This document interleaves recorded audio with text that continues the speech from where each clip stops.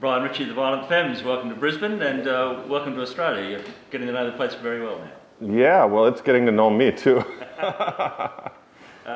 You obviously got some great memories of Australia and a little bit of history in Brisbane. Of course, there's the Nirvana show at Festival Hall, which they've ripped down.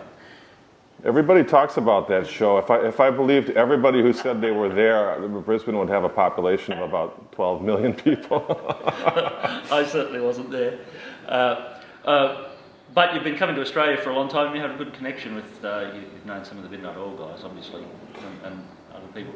Yeah, I know a lot of the musicians. Midnight Oil are among them, although we really met each other in America, so it was not part of the Australian connection. But you know, a lot of bands starting in 1984. We had many of the most significant Australian bands supporting us, like well, the Johnnies. I thought they were a tremendous band, and the Go-Betweens. Every significant band from that era played with the Femmes. So that was where my first-hand knowledge came from. But it was, of course, intermittent because it would just happen when a tour occurred. So I don't have a comprehensive knowledge of Australian music. Yeah.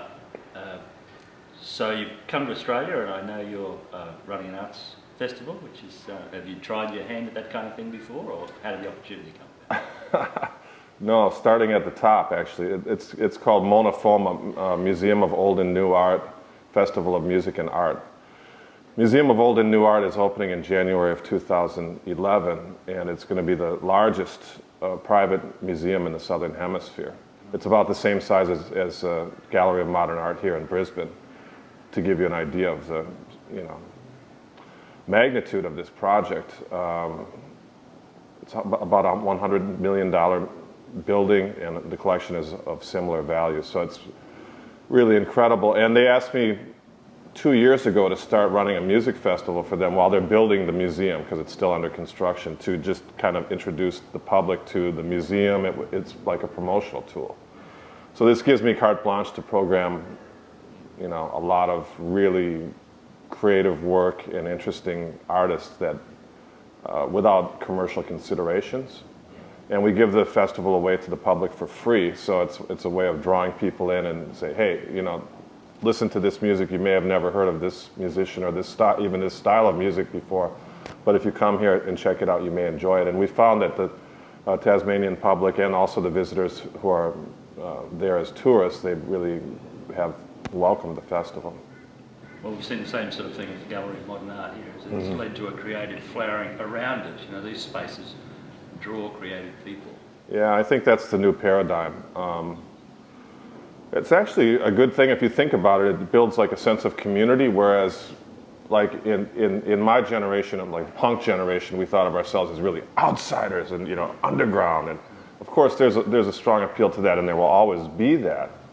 But to have these kind of big institutions generating actual creativity it's relatively new, but I think it helps bring in more people to stuff that's truly creative.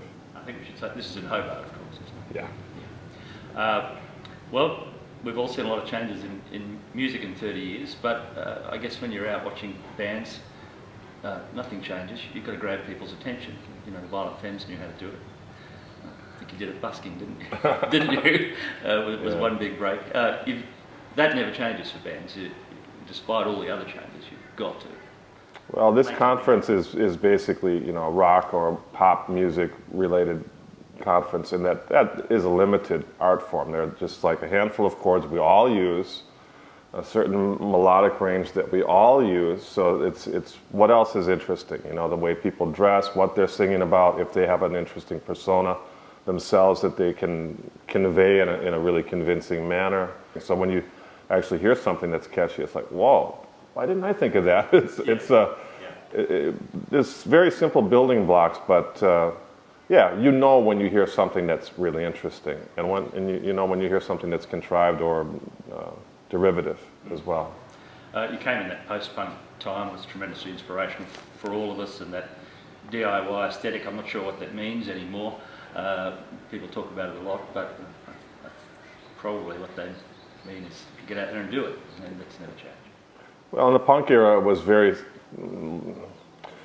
we made fanzines, you know, like we would just go down to the corner copy shop and make about 100 little sheets of paper and put it at the local record stores, and we thought that that was a way of really expressing ourselves. Or we would make cassette tapes and hand them out to our friends. Now the internet has exploded this opportunity to communicate with people, but it's also created a glut. So there's an up and a downside to it. But it's the same mechanisms at work, I think, but just slightly new technology. Got to find ways to cut through the clutter. There's a lot of white noise too, and static. Well, that's part of the DIY thing, because when the record companies strictly controlled access to the public, a lot of people felt like they were left out in the cold, and it was unjust in many cases, because, well, especially considering the kind of crap that the record companies were dumping upon the public, it was easy to see that, well, it was not reasonable at all. So now everybody has the opportunity to make a CD. Everybody, or even if they bother making a CD anymore, at least they can get their music out on a website or one of these MySpace or Facebook pages. So everybody has a say. But, I mean, nobody has the time to go through all of that stuff. And how is something like Big Sound helpful to you? Well, running a festival, I'm really not concerned with what people's recordings are like, because that may be good, but they may not be good performers. So it's good to be able to get out and see what the actual show is like, see if the people have charisma, notice what the kind of reaction the punters have, because maybe they probably haven't heard most of these bands here at Big Sound before. Well, some of them seem to have a following, but generally speaking, you get a lot of honest response. So it's a good way to gauge what's going on. And for me, it's just really, really fun to hear all this talent here. It's fantastic. Hear more good bands, and I heard more bands yesterday than I would normally hear in a month or a couple of months. So, and I really enjoyed most of the stuff I heard. So I may not be able to use all of it, but at least I have it now in my reference files. And quickly, of course, you're going to keep playing, and playing with The Break at the moment, and having a lot of fun with that. Yeah, The Break is a new band, a new old guy band that I have with Jim Mogini, Martin Rotzi, and Rob Hurst. Everybody would know from Midnight Oil. And it's an instrumental band, mainly. We do a little singing, but no words, thankfully. And it's based on the old surf music, like Dick Dale type music, but of course, with musicians like that, we take it off in all kinds of different directions. And we're having a lot of fun with it, and the public seems to be accepting it pretty well, which it's always a tricky thing when you come from a popular band and try to do a new project. Usually it gets rejected, but this one seems to be accepted by people. Fantastic. Thank you, Brian. All right, thanks.